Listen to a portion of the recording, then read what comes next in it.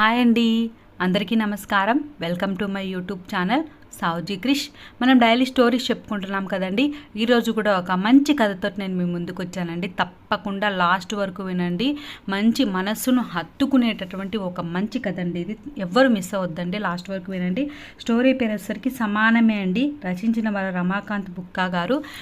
ఈ స్టోరీలో వచ్చేసరికి ఆడ మగ ఇద్దరు సమానమే అని తెలియచెప్పేటటువంటి ఒక అద్భుతమైన కథ అండి. తప్పకుండా లాస్ట్ వరకు వినండి. ఇప్పుడు మనం స్టోరీలోకి వెళ్దామండి. సమానమే.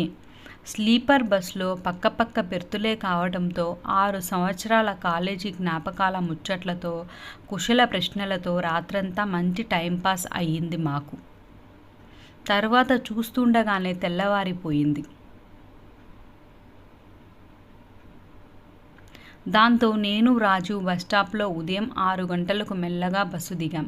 రాజు కాలేజీలో నా క్లాస్మేట్. నిన్న రాత్రి సిటీలో నేను బస్సు ఎక్కిన కొద్దిసేపటికి రాజు బస్సు ఎక్కి వచ్చి నా పక్క బెర్త్ దగ్గర కూర్చున్నాడు. మొదట వాడిని నేను చూశాను, తర్వాత వాడు నన్ను చూశాడు. నేను చూశానే గాని ఖచ్చితంగా రాజువే అని చెప్పలేకపోయాను. మరి ఇప్పుడా అప్పుడా 10 సంవత్సరాలు అయ్యింది కాలేజీ అయిపోయి. అసలే నాకు మొహమాటం కూడా ఎక్కువ కావడంతో నాకెందుకులే అని మొహం తిప్పుకోగానే విజయ్ అన్నాడు. రాజు అన్నా నేను. నేనే అన్నట్టు తలూపాడు రాజు. నేను గుర్తుపట్టానురా, కానీ చిన్న సంశయం, నువ్వో కాదో అన్నాను నవ్వు నటిస్తూ. నేను మొదట గుర్తుపట్టలేదురా, కానీ మొహం తిప్పేసుకోవడం చూసి నువ్వే అని డిసైడ్ అయిపోయాను అన్నాడు రాజు వస్తున్న నవ్వును ఆపుకుంటూ. కాలేజ్ టైం నుంచి రాజీవ్కు వెటకారం ఎక్కువే, ఇప్పుడు ఇంకా ఎక్కువైంది అనిపించింది. లేకపోతే ఎంత తెలిసిన మనిషి అయినా చాలా ఏళ్ల తర్వాత కనిపిస్తే తెలియకుండానే మన మాటల్లో మర్యాద వచ్చేస్తుంది. కానీ వీడు కాలేజ్ రోజుల నాటి వెటకారాన్ని ఇంకా వదల్లేదనిపించింది. ఎప్పటిలాగే పరధ్యానంలో నేనుంటే నన్ను చదివేసినట్టు నువ్వు కూడా ఇంకా మారలేదురా మనిషి, ఇక్కడ మనసు ఎక్కడో అంటూ నన్ను తట్టి వాడి బెర్తులో వాడు కూర్చున్నాడు. అప్పుడు ముచ్చట్లు మొదలు పెడితే తెల్లారే వరకు మాట్లాడుతూనే ఉన్నాం. నేను ప్రస్తుతం సెటిల్ అయ్యింది ఆదిలాబాద్లోనే. రాజు వాళ్ళ అత్తగారిది కూడా ఆదిలాబాద్ అన్నాడు. పిల్లల్ని భార్యను తీసుకెళ్ళడానికి వచ్చాడట ఇప్పుడు. బస్సు దిగి ఎవరి ఇంటికి వాళ్ళు వెళ్ళిపోయే ముందర ఓ టీ తాగుదామని రోడ్డు పక్కనే ఉన్న ఓ చిన్న హోటల్ దగ్గర ఆగి మేం టీ తాగుతుండగా ఇంతలో సడన్గా నా ఫోన్ మోగింది. ఏంటి? నా గొంతులో చిరాకు. ఇప్పుడే దిగా బస్సు. చెప్పలేను. పెట్టేయ్, నేను మీటింగ్లో ఉన్నా అంటూ ఫోన్ డిస్కనెక్ట్ చేశాను కాసింత కోపంగా. అది చూసిన రాజు ఎవరురా అన్నాడు. నా భార్యరా. ఏం పని పాట ఉండదు. పొద్దున లేచినప్పటి నుండి తిన్నావా పడుకున్నావా జాగ్రత్త, ఇదే గొడవ. హౌస్ వైఫా? లేదురా, ఇక్కడే ఓ ప్రైవేట్ కంపెనీలో జాబ్. మరి వాళ్ళకు వర్క్ ప్రెషర్ బాగానే ఉంటుంది కదరా? ఏం ప్రెషర్ రా, మనలాగా ఓవర్ టైం చేయమని వాళ్ళని ఎవరూ అడగలేరు. ఒత్తిడి పెంచడం కోసం వాళ్ళని ఓ మాట అనలేరు. అంటే ఏడుపు అందుకోవడం, తర్వాత మహిళా సంఘాలు, మహిళా కమిషన్లు, వేధింపుల కేసులు. వాళ్ళని అడిగేవాళ్ళు ఎవరున్నారు రా అని నేను ఆవేశంతో మాట్లాడుతుంటే మళ్ళీ నా ఫోన్ మోగింది.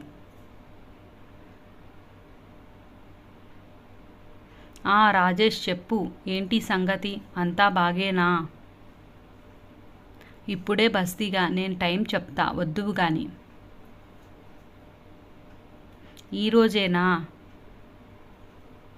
ఉంటా కదా, నేను లేకుండా ఎలా జరుగుతుంది?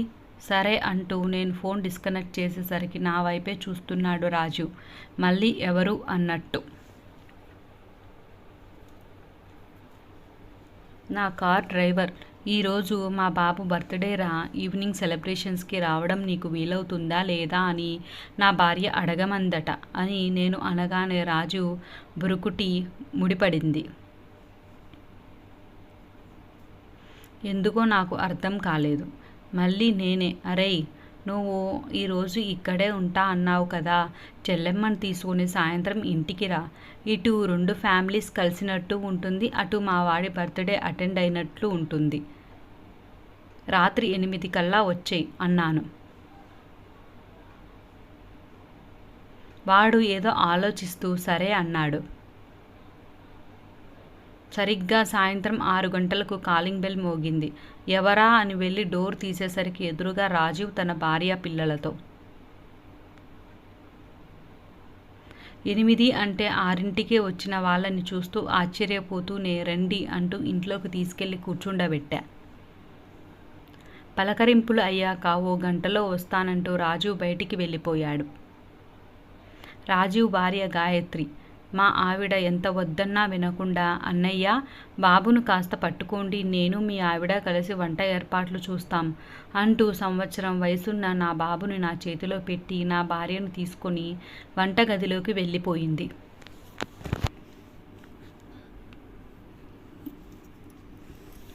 ఆవిడ చొరవకు ఆశ్చర్యపోవడం నా వంత అయింది. నా ఒళ్ళో కూర్చోగానే ఏడవడం మొదలుపెట్టాడు మావాడు.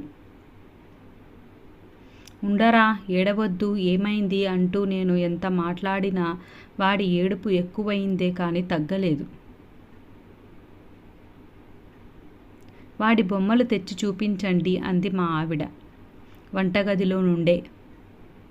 దాంతో మా వాడిని కింద పరిచిన చాప మీద పడుకోబెట్టి, దేవుడా అంటూ లేచి ఓ 10 బొమ్మలు తీసుకొచ్చి వాడి పక్కన కూర్చున్నాను. నేను వెళ్ళి బొమ్మలు తెచ్చే లోపల మా వాడు ఏడుపు మరింత పెంచేశాడు. మా ఆవిడ ఈసారి కొన్ని మంచినీళ్ళు తాగించండి అంటూ సైగ చేసింది. అది చూసిన గాయత్రి, అన్నయ్యకు బాబు అలవాటు కాలేదా ఇంకా అంది. దాంతో నేను తెల్లమొహం వేస్తే, ఆయన ఉదయం వెళ్తే సాయంత్రం వస్తారు అంది మా ఆవిడ నాకు సపోర్టుగా. అవునా, మరి నువ్వు అంది గాయత్రి. నేను అంతే అంటూ నా వైపు చూసింది మా ఆవిడ నా మొహంలో భావం వెతుకుతూ. ఓహో, అయితే సాయంత్రం రాగానే నువ్వు బాబును చూసుకుంటే అన్నయ్య వంట పని ఇంటి పని చూసుకుంటారన్నమాట. గాయత్రి ఏ ఉద్దేశంతో అంటుందో నాకు అర్థం కాలేదు. నాకు ఏం చెప్పాలో తెలియక లేని నవ్వు తెచ్చుకొని ఓ నవ్వు నవ్వి ఊరుకున్నాను. ఈ లోపల మా వాడికి కాసిన్ని మంచినీళ్లు తాగించి ఓ బొమ్మ చేతికిచ్చి వాడి పక్కన పడుకున్నాను. ఓ నిమిషం ఆడుకోగానే ఆ బొమ్మను పక్కకు పడేసి మళ్ళీ ఏడుపు అందుకున్నాడు. దాంతో లేచి కూర్చొని ఇంకో బొమ్మ ఇచ్చాను. అలా అరగంట సేపు బొమ్మల్ని మార్చి మార్చి ఇస్తూనే ఉన్నాను. నేను ఇంట్లో ఉన్న టైంలో టీవీ చూస్తున్నప్పుడు, తింటున్నప్పుడు మాత్రమే కూర్చోవడం అలవాటు. అలాంటిది మొదటిసారి అంతసేపు వేరే పని మీద కూర్చోవడంతో చిరాకేసింది. ఈ ప్రపంచంలో పిల్లల్ని ఆడిపించడాన్ని మించిన నరకం ఏదీ లేదనిపించింది. బొమ్మలు బోర్ కొట్టడంతో మా వాడు బోర్లా పడి ముందుకు జరగడానికి నానా ప్రయత్నాలు చేయడంతో చివరికి వాంతులు చేసుకున్నాడు. దాంతో మళ్ళీ దేవుడా అనుకుంటూ లేచి వాడిని తీసుకెళ్ళి మొహమంతా కడిగి వేరే డ్రెస్ వేసేసరికి చుక్కలు కనిపించాయి. అది అయ్యాక కింద పడుకోబెడితే ఇల్లు బద్దలు అయ్యేలా అరవటం మొదలుపెట్టాడు మా వాడు. దాంతో తీసుకెళ్ళి వాకర్లో వేయక తప్పలేదు. వేయగానే నవ్వుతూ ఓ గది నుండి ఇంకో గదికి చేపపిల్లలా ఆ వాకర్ని లాక్కుంటూ తీసుకెళ్తున్న వాడిని చూస్తుంటే చాలా ముద్దేసింది. కడుపు నిండిపోయినట్లు అనిపించింది. అలా నడుస్తూ వాడు మంచం పక్కనో కుర్చీ వెనకో ఇరుక్కుపోయినా లేదా దేనికోసమైనా వంగి కింద పడిపోయినట్టు అనిపించినా పరిగెత్తాల్సొచ్చింది. ఇంత వయసులో అంత ఎనర్జీ వాడికి ఎక్కడి నుండి వచ్చిందో అసలు అర్థం కాలేదు. అప్పటికే పూర్తిగా అలసిపోయిన నేను మా వాడు ఇంకా కొద్దిసేపు సతాయిస్తే ఏడ్చేసేవాడినేమో. ఇంతలో నా భార్య గాయత్రి వంట పని పూర్తి చేసుకుని రావడంతో బతికిపోయాను అనిపించింది.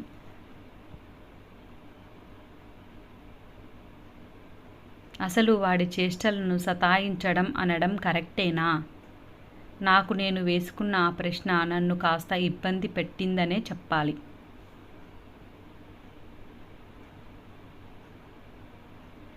బాబుని ఇచ్చేసి ఒక 10 నిమిషాలు కునుకు తీశాక రాజీవ్ రావడంతో వెళ్ళి రెడీ అయ్యి మా వాడి కేక్ కటింగ్ పూర్తయ్యాక రాజీవ్తో వెళ్ళి డైనింగ్ టేబుల్ ముందు కూర్చున్నా.